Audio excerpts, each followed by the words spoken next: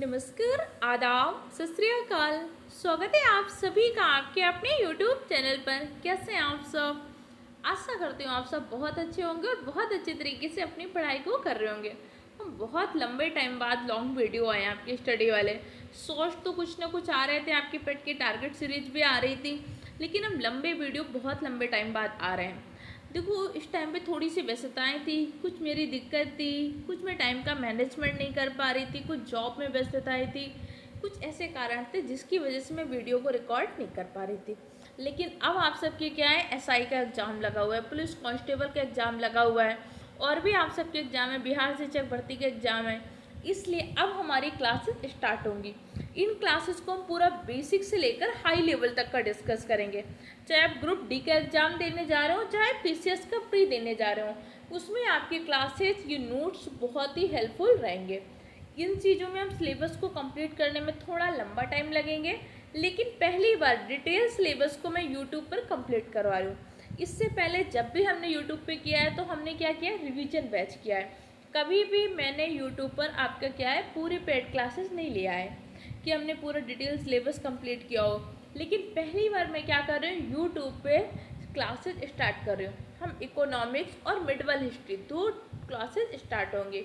इनके आपको regular video मिलेंगे। आज हम थोड़ी सी बातें डिस्कस कर रहे हैं ताकि आपके सारे डाउट्स क्लियर हो जाएं, क्योंकि मेरे पास थोड़ा सा टाइम की बाउंडेशन रहती है तो सारे आपके डाउट्स क्लियर नहीं हो पाता है।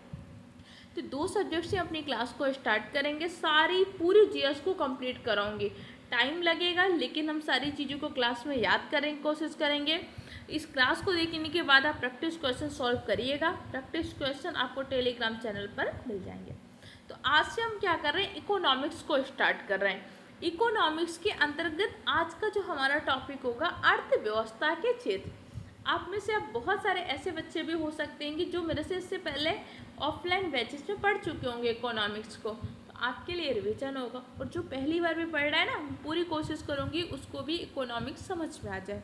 अगर आज तक आपको इकोनॉमिक्स का ई भी नहीं आता तो मैं इस चीज़ के लिए एश्योर करूँगी, आप बस थोड़ी मेहनत करिएगा, 4 से 5 क्लासेस लगातार लीजिएगा, फिर आप इकोनॉमिक्स आपको बहुत अच्छे तरीके से समझ में आएगी। तो सबसे पहले हमारी बात में आएगी कि भैया हमें पढ़ना क्या है, हमें अर्थशास्त्र पढ़ना है कि अर्थव्यवस्था। तो हमारा जो कॉम्पिटिटिव एग्जाम का सिलेबस होता है वहाँ पर हमें अर्थशास्त्र नहीं पढ़ना। अर्थशास्त्र क्या होता है, सैद्धांतिक पक्ष है। हमें कॉम्पिटिटिव एग्जाम में पढ़ना है क्या है, कॉम्पिटिटिव एग्जाम में हमें पढ़ना है अर्थव्यवस्था, इकोनॉमी। अर्थशास्त्र के सैद्धांतिक पक्षों का व्यवहारिक रूप से प्रयोग कैसे करेंगे वो सीखते हैं हम अर्थव्यवस्था में। तो मौद्रिक नीति का निर्माण कैसे करते हैं ये हम पढ़ेंगे अर्थशास्त्र में। उस मौद्रिक नीति का प्रयोग कैसे करती है आरबीआई, रेपो रेट को बढ़ाती कब है, रेपो रेट को घटाती कब है, रिवर्स रेपो रेट कब बढ़ जाता है, रिवर्स रेपो रेट को कब घटाना है, बाजार में मुद्रा का नियंत्रण कब करना है, बाजार में अतिरिक्त मुद्रा बेचना कब है, ये सारी चीज़ें समझते हैं हम अर्थव्यवस्था के अंतर्गत। तो एज अ कॉम्पिटेटिव एग्जाम के सिलेबस में हम क्या पढ़ रहे हैं, हम पढ़ रहे हैं अर्थव्यवस्था। पहली बात क्लियर हो गई। अर्थशास्त्र के मुख्य रूप से दो शाखाएं होती हैं, एक होती है माइक्रो इकोनॉमिक्स, एक होती है मैक्रो इकोनॉमिक्स। माइक्रो वर्ड आपने कहीं साइंस में पढ़ा है क्या? हाँ जी, आपने पढ़ा होगा। माइक्रो, माइक्रो का मतलब क्या होता है, सूक्ष्म। तो माइक्रो इकोनॉमिक्स जिसे हम कहते हैं व्यष्टि अर्थशास्त्र। माइक्रो इकोनॉमिक्स का मतलब क्या हुआ, माइक्रो इकोनॉमिक्स छोटा। अब अर्थव्यवस्था में छोटा क्या हो सकता है भैया, किसी जीवाणु बैक्टीरिया तो होगा नहीं, क्योंकि हम अर्थव्यवस्था पढ़ रहे हैं। तो जहाँ छोटी उत्पादन उपभोक्ता की इकाइयों का, एक उपभोक्ता का या छोटी छोटी इकाइयों का अध्ययन करते हैं, उसी को हम कहते हैं माइक्रो इकोनॉमिक्स। जैसे कि हम किसी एक फर्म का अध्ययन कर रहे हैं, जैसे मान लीजिए हमने टाटा आयरन स्टील कंपनी का अध्ययन कर रहे हैं, तो स्टील कंपनी में एक कंपनी है Tata iron steel company, TISCO. तो अगर हम टिस्को का अध्ययन कर रहे हैं तो किसका अध्ययन कर रहे हैं, माइक्रो इकोनॉमिक्स, एक छोटी सी फर्म का अध्ययन कर रहे हैं। अगर हमने कह दिया कि भैया पूरे देश की आय का अध्ययन कर रहे हैं, तो देश की आय बड़ी हो गई कि नहीं हो गई। तो जब हम क्या कर रहे हैं, बड़ी व्यापक चीज़ों का अध्ययन करते हैं, तो उसे हम बोलते हैं मैक्रो इकोनॉमिक्स।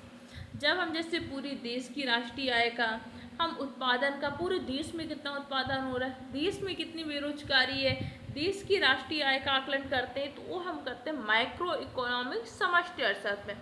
जब छोटी छोटी उत्पादन उपभोक्ता की इकाइयों का अध्ययन करते हैं तो किसमें करते हैं, माइक्रो इकोनॉमिक्स। समष्टि सबको शामिल कर लिया भैया, जब सबको शामिल कर लिया तो देश बन गया कि नहीं बन गया। तो राष्ट्रीय आय का, जीडीपी का, जीएनपी का अध्ययन किसमें करेंगे, राष्ट्रीय आय, जीडीपी, जीएनपी का अध्ययन करेंगे समष्टि अर्थशास्त्र मैक्रो इकोनॉमिक्स में। अगर आपको एक व्यक्ति की प्रति व्यक्ति आय का, उत्पादन उपभोक्ता की इकाई का, किसी एक फर्म का अध्ययन करना है तो किसमें करेंगे, माइक्रो इकोनॉमिक्स। इसमें क्या लिखा है उस पर आपको ज़्यादा फोकस नहीं करना, मैं जो आपको समझाने की कोशिश कर रही हूँ आपको उस पर ध्यान रखना है। अभी आपको दो बात समझ में आई कि नहीं आई। पहली बात, हम कॉम्पिटेटिव एग्जाम के सिलेबस में हम अर्थशास्त्र पढ़ रहे हैं कि अर्थव्यवस्था, तो जिस चीज़ का हम अध्ययन कर रहे हैं वो हमारी क्या है, अर्थव्यवस्था। लेकिन अर्थशास्त्र को अध्ययन की सुविधा से हमने दो पार्ट में डिवाइड किया था, एक होता है माइक्रो इकोनॉमिक्स, एक होता है माइक्रो। माइक्रो का मतलब क्या होता है, छोटा, सूक्ष्म।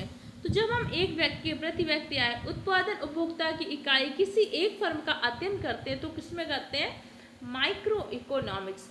अगर हम पूरे देश की राष्ट्रीय आय का, देश की उत्पादना का, बेरोजगारी का, पूरे देश के बारे में अध्ययन करते हैं तो किसमें करते हैं, माइक्रो इकोनॉमिक्स। दो बात समझ में आई भैया। फिर अर्थव्यवस्था का जनक किसको कहते हैं, अर्थव्यवस्था का जनक कहते हैं एडम स्मिथ को। अर्थव्यवस्था का जनक किसको कहते हैं, एडम स्मिथ को। लेकिन अगर आपसे क्वेश्चन पूछ ले कि भैया भारतीय अर्थव्यवस्था का जनक किसको कहते हैं, अर्थव्यवस्था का जनक पूछेगा तो एडम स्मिथ। लेकिन भारतीय अर्थव्यवस्था का जनक किसको कहते हैं, कमेंट सेक्शन में आंसर दे सकते हो, एम विश्वेश्वरैया। एम विश्वेश्वरैया को भारतीय अर्थव्यवस्था का जनक कहते हैं। देखो एम विश्वेश्वरैया एक बहुत बड़े इंजीनियर थे, लेकिन इन्हें अर्थशास्त्र का भी बहुत अच्छे जानकार थे। एम विश्वेश्वरैया के जन्म दिवस को हम इंजीनियर दिवस के रूप में मनाते हैं, लेकिन एम विश्वेश्वरैया को अर्थशास्त्र के भी बहुत बड़े ज्ञाता थे। अर्थव्यवस्था का जनक कहते हैं father of economics Adam Smith. लेकिन पूछ लेगा भारतीय अर्थव्यवस्था का जनक किसको कहते हैं, भारतीय अर्थव्यवस्था का जनक कहते हैं एम विश्वेश्वरैया को। ये वो पॉइंट मैं डिस्कस कर रही हूँ जहाँ से क्वेश्चन बनेगा, बस आप मेहनत करते रहिए, क्योंकि देखो सफलता का कोई भी शॉर्टकट नहीं होता। अगर किसी को बहुत कम मेहनत से सफलता मिल जाती तो सब सफल होते हैं, ऐसा कोई तो नहीं है ना जो सफल नहीं होना चाहता। आपके आसपास ऐसा कोई है जो कहता है कि मुझे गवर्नमेंट जॉब नहीं चाहिए, लेकिन गवर्नमेंट जॉब सबको तो नहीं मिलेगी भाई। वैकेंसी आती है 5,000, 10,000, 20,000, फॉर्म पड़ते 10 लाख, 20 लाख, 40 लाख, 50 लाख। तो आपको समझना पड़ेगा कि मेहनत तो करनी है, और मेहनत करने के साथ साथ आपको मेहनत क्या करनी है, राइट डायरेक्शन में करनी है। कभी सोचा स्कूल कॉलेज में हम एक मैथ की बुक को, एक ही मैथ की बुक होती थी, एक ही मैथ का टीचर होता था, उसी से पढ़ते थे, हमें सब तैयार होता था। आज हम 2 से 3 साल से वही मॉडर्न हिस्ट्री, वही पॉलिटी, वही इकोनॉमिक्स पढ़ रहे हैं, फिर भी नहीं तैयार हैं। अभी हम आपसे कह दें कि आपकी इकोनॉमिक्स तैयार है, जबकि इससे पहले आपने 4 बार पढ़ा होगा और 4 टीचर से पढ़ा होगा, अच्छे अच्छे टीचर यूट्यूब में, फिर भी नहीं तैयार है। क्यों? क्योंकि आज हमने क्या कर रहा है, अपने आप को डेडिकेटेड नहीं है। पहले हमारे पास एक बुक होती थी, एक टीचर होता था, उसी को मल्टीपल टाइम पढ़ते थे।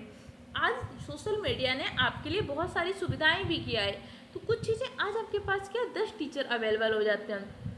आपने इकोनॉमिक डाला, आपको लगा अरे ये टीचर तो मज़ा नहीं आ रहा है, अरे वो टीचर देखो कितना बढ़िया शायरी सुना रहा है, फालतू की बातें कर रहा है, वो तो बढ़िया पढ़ा रहा है, मुझसे पढ़ने लगते। आप पढ़ाई में मज़ा ढूंढने लगते हो। जिस दिन आपने पढ़ाई में मज़ा सिर्फ ढूंढने के लिए मेहनत नहीं किया, उस दिन समझिए आप लाखों बच्चों से पीछे होते चले जा रहे हो। तो पढ़ना पड़ेगा और मेहनत करनी पड़ेगी। इतनी बात समझ में आ गई कि नहीं आई? अब हम पढ़ते हैं अर्थव्यवस्था के क्षेत्र कितने होते हैं। अलग अलग आधार पे हमने अर्थव्यवस्था के क्षेत्र को डिवाइड किया है। देखो आर्थिक गतिविधि के आधार पे अर्थव्यवस्था के मुख्य रूप से पहले 3 क्षेत्र होते थे, लेकिन वर्तमान के अर्थशास्त्री आर्थिक गतिविधि के आधार पर अर्थव्यवस्था के 5 क्षेत्र मानते हैं।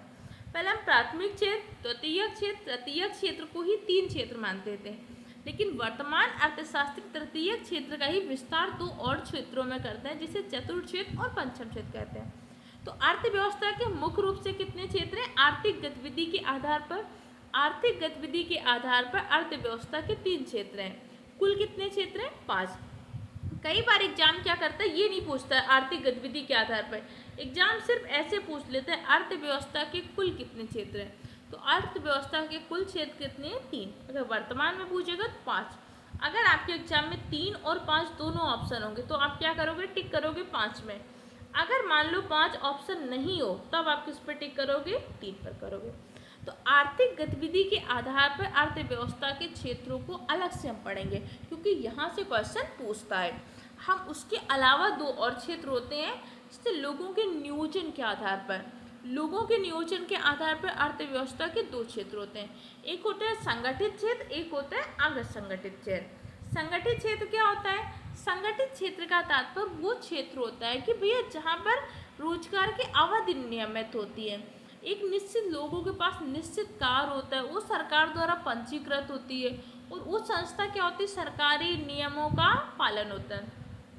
संगठित क्षेत्र में कार्यरत लोगों के पास क्या होता है, एक तो निश्चित रोजगार होता है, भाई उन्हें पता होता है, और निश्चित समय होता है कि भैया इतने टाइम पे हमें ऐसा काम करना है, और वो संस्था क्या होती है, सरकार द्वारा पंजीकृत। जैसे आज आपकी बहुत सारी कंपनियां हैं, जैसे आप मान लीजिए नमस्ते इंडिया कंपनी है, अमूल कंपनी है, अलग अलग डिफरेंट टाइप की कंपनियां हैं। तो ये कैसे क्षेत्र है, असंगठित क्षेत्र है। अगला हमारा क्या होता है, असंगठित क्षेत्र। असंगठित क्षेत्र जो सरकार के पास नियंत्रित रजिस्टर्ड नहीं होती। जब सरकार के पास रजिस्टर्ड नहीं होती तो ये समझते कई बार क्या होता है, 200-300 रुपये के लेबर रख लेते हैं, उन्हीं से काम करवा रहे होते हैं, उनको कोई अच्छी सुविधाएं भी नहीं देते, वो भी नहीं देते हैं, बहुत कम वेतन पे रख लेते हैं। और जब सरकार के पास संगठित नहीं होती तो सरकार के जांच के दायरे में भी नहीं आती, तो ऐसे चलते रहते हैं। जैसे आप देखते हो आपके गांव घर में, आपके छोटे छोटे कस्बों में छोटी छोटी इंडस्ट्री टाइप की चल रही, कोई पापड़ बनाने का काम कर रहा है, तो कोई अगरबत्ती का काम कर रहा है, और छोटे छोटे जैसे रजाई गद्दा बनने, ऐसे काम होते हैं, रजिस्टर्ड नहीं होते, कम पैसों में लेबर को रख लेते हैं, अपना काम करवाते रहते हैं। तो लोगों के नियोजन के आधार पर अर्थव्यवस्था के कितने क्षेत्र होते हैं, 2 क्षेत्र होते हैं, संगठित क्षेत्र और असंगठित क्षेत्र। स्वामित्व के आधार पर अर्थव्यवस्था के 3 क्षेत्र होते हैं, सार्वजनिक क्षेत्र, निजी क्षेत्र, इसी को हम बोलते हैं पूंजीवादी, समाजवादी और मिश्रित। तो ये 3 चीज़ें होती हैं। और आर्थिक गतिविधि के आधार पर अर्थव्यवस्था के आपके मुख्य रूप से 5 क्षेत्र होते हैं, प्राथमिक, द्वितीयक, तृतीयक, चतुर्थ और पंचम। अर्थव्यवस्था के 5 क्षेत्रों के बारे में हम अलग से क्लास में पढ़ेंगे, क्योंकि यहाँ से क्वेश्चन आता है, उसे हम कल की क्लास में पढ़ेंगे। तब तक के लिए हमने जितनी चीज़ें पढ़ी है उनको पढ़िए, रिवाइज करिए और मेहनत करिए। ये मैं कुछ क्वेश्चन पूछ रही हूँ, इन क्वेश्चन के आंसर आप मुझे कमेंट सेक्शन में दीजिए तो बहुत अच्छा है, नहीं भी दीजिए तो अपनी कॉपी में इनके आंसर जरूर लिख लीजिएगा।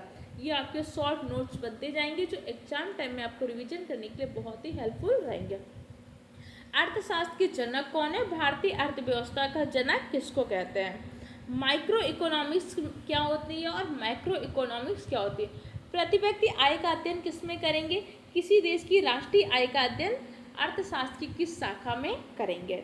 इसी के साथ साथ नियोजन के आधार पर अर्थव्यवस्था के कितने क्षेत्र होते हैं। अगला होता है आपकी आर्थिक गतिविधि के आधार पर अर्थव्यवस्था के वर्तमान में कितने क्षेत्र माने जाते हैं। और इसी के साथ साथ तृतीय क्षेत्र के बारे में अगर आपको कुछ पता है तो मुझे कमेंट सेक्शन में बताइए। बाकी इसकी क्वेश्चन सीरीज आपको टेलीग्राम चैनल पर मिल जाएगी। पढ़िए, मेहनत करिए और अपने माँ बाप का सपना पूरा करिए।